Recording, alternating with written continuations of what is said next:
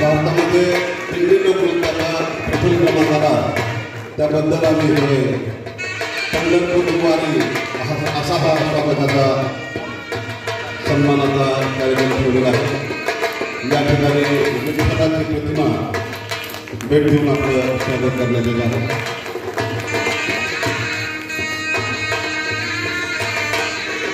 या महाराष्ट्राचं आराध्य दैवत विठ्ठल त्याच्या मंदिर म्हणून आम्ही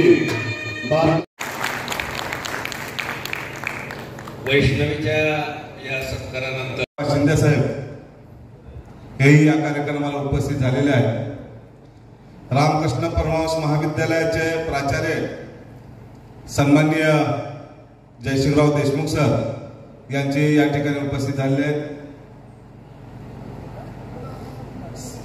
शिवसेना शहर प्रमुख सन्माननीय सोमनाथप्पा गुरव, त्याचबरोबर प्रशांत पाटील, मनुद्दीन पठाण, राजाभाऊ पवार, गणेश कोचरे, उपस्थित सर्व बंधू आणि भगिनींनो,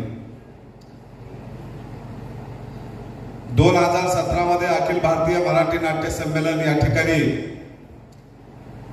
जिल्हा स्टेडियमवर आयोजित करण्यात आलेलं होतं।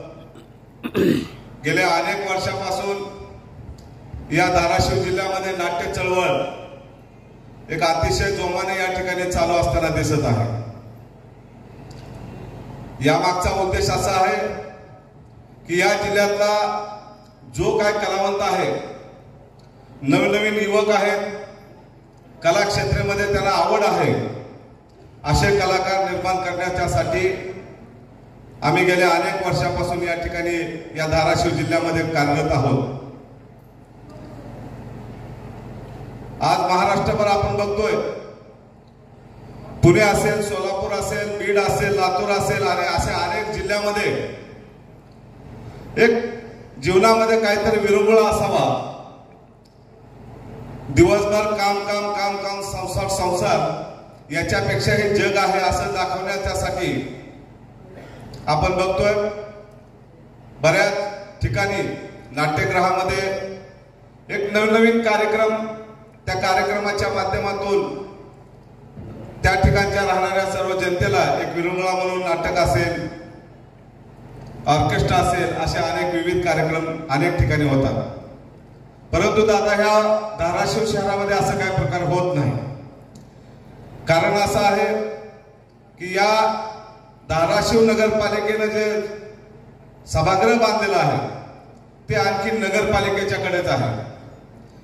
आमची अपेक्षा होती कुठल्या तरी संस्थेकडे जर वर्ग केला असतं तर ह्या संस्थेच्या माध्यमातून असे विविध कार्यक्रम या ठिकाणी झालेले असते, पण नगरपालिका मुख्य अधिकारी यांच्या बंधनामध्ये असलेले हे सभागृह आहे। आम्ही आज आदरणीय खासदार ओमदादा आणि आमदार कैलासजी पाटील साहेब यांना आम्ही या नाट्य या मंडळाच्या वतीनं आम्ही आज या ठिकाणी विनंती करतोय की जास्त आपला वेळ घेणार नाही, आपल्याला कार्यक्रमाला जायचं आहे, त्याच्यामुळे मी आज आपल्याकडे विनंती करेन की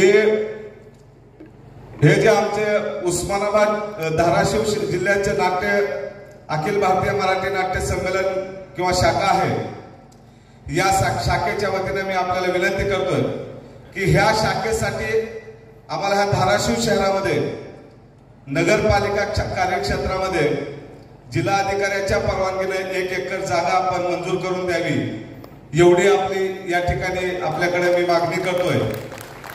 आणि आपण खूप मोठ्या मनाचे आहात, कर्तबगार आहात, अगदी जिल्हा अंतकरणातून आपल्या पाठीशी उभा आहे। दादा तुमच्याकडून आम्ही अपेक्षा गैर करत नाही, पण ह्या धाराशिव शहरातल्या जिल्ह्यातल्या लोकांसाठी एक नवनवीन मेजवानी देण्यासाठी आपण काम करावं, एवढ्या बऱ्यापैकी अपेक्षा करतो आणि माझे प्रस्तावित 2 शब्द संपवतो। जय हिंद, जय महाराष्ट्र। शाखा धाराशिव या ठिकाणी आयोजित करण्यात आलेला आहे। या उद्घाटनाच्या कार्यक्रमाला या जिल्ह्याचे कर्तबगार खासदार आदरणीय ओमप्रकाश दादा निंबाळकर यांच्या हस्ते या ठिकाणी आज उद्घाटन झालेलं आहे। त्याचबरोबर धाराशिव कळंब मतदारसंघाचे आमदार सन्माननीय कैलासजी घाडगे पाटील साहेब हेही या कार्यक्रमाला उपस्थित झालेले आहेत। अखिल भारतीय मराठी नाट्य परिषद मुंबईच्या धाराशिव शाखेच्या वतीने 100व्या नाट्य संमेलनानिमित्त आज आपल्या धाराशिवकरांसाठी आजपासून सुरू होणाऱ्या सांस्कृतिक कार्यक्रमाचं उद्घाटन ज्यांच्या शुभ हस्ते पार पडलं असे आपल्या जिल्ह्याचे लोकप्रिय खासदार ओमप्रकाश निंबाळकर साहेब। या कार्यक्रमाला आवर्जून उपस्थित असलेले आमचे मार्गदर्शक या जिल्ह्याचे ज्येष्ठ नेते जनता बँकेचे संचालक आदरणीय विश्वासप्पा शिंदे, या सांस्कृतिक कार्यक्रमाचे स्वागताध्यक्ष आदरणीय धनंजय शिंगाडे, या प्रसंगी उपस्थित असलेल्यापणा आपल्या सगळ्याच बाबतीत होता आणि याही बाबतीत आपण मागेच होतो, परंतु तो माग असलेलापणा दूर करून आपल्या जिल्ह्याची सांस्कृतिक भूक भागवण्याचा जो प्रयत्न किंवा स्थानिक कलाकारांना वाव देण्याचा जो प्रयत्न आपल्या जिल्ह्यात मागच्या काही वर्षापासून होतोय, हा प्रयत्न करणारे माझे मित्र आणि मी त्यांना आपल्या धाराशिवचे रजनीकांत म्हणतो असे माझे मित्र विशालजी शिंगाडे। खरं तर उद्घाटनाच्या कार्यक्रमाला गर्दी कमीच असते, सांस्कृतिक कार्यक्रम असतात तर निश्चितच जास्त लोक आली असते ना, आपला टाईमही सकाळचा होता, परंतु मागच्या काही वर्षापासून विशालच्या माध्यमातून त्यांनी एक टीम आपल्या धाराशिव जिल्ह्यातली केली। मागच्या वर्षीच म्हणजे राष्ट्रीय पारितोषिक आपल्या जिल्ह्याने पटकावलं, ही खरंच आपल्या जिल्ह्यासाठी खूप अभिमानाची बाब आहे। आम्ही त्यांचंही आता परत याआधी अभिनंदन केलेलं आहे आणि आजही परत त्या सर्व टीमचं त्यांच्या सर्व सहकाऱ्यांचं मनापासून अभिनंदन करतो, कारण तुम्ही आपल्यासारख्या छोट्याशा जिल्ह्यात जाऊन राष्ट्रीय पातळीवर प्रथम पारितोषिक पटकावलं, हेच निश्चितच पुढच्या कलाकारांना किंवा देशाला सुद्धा आपण दाखवून दिलं की आम्हीही मागे नाही या बाबतीत। त्यामुळं मी विशालचं, त्यांच्या सर्व सहकाऱ्यांचं आणि या टीमचं मनापासून अभिनंदन करतो। आणि खासदार साहेब बोलतीलच, नानांनी जे 2 प्रश्न मांडले, नाना या नाट्यगृहाचं उद्घाटन बहुतेक 2009ला झालं होतं, इथलेच कुठेतरी कलाकार होते वर्षी, पण अजून पूर्ण होईल।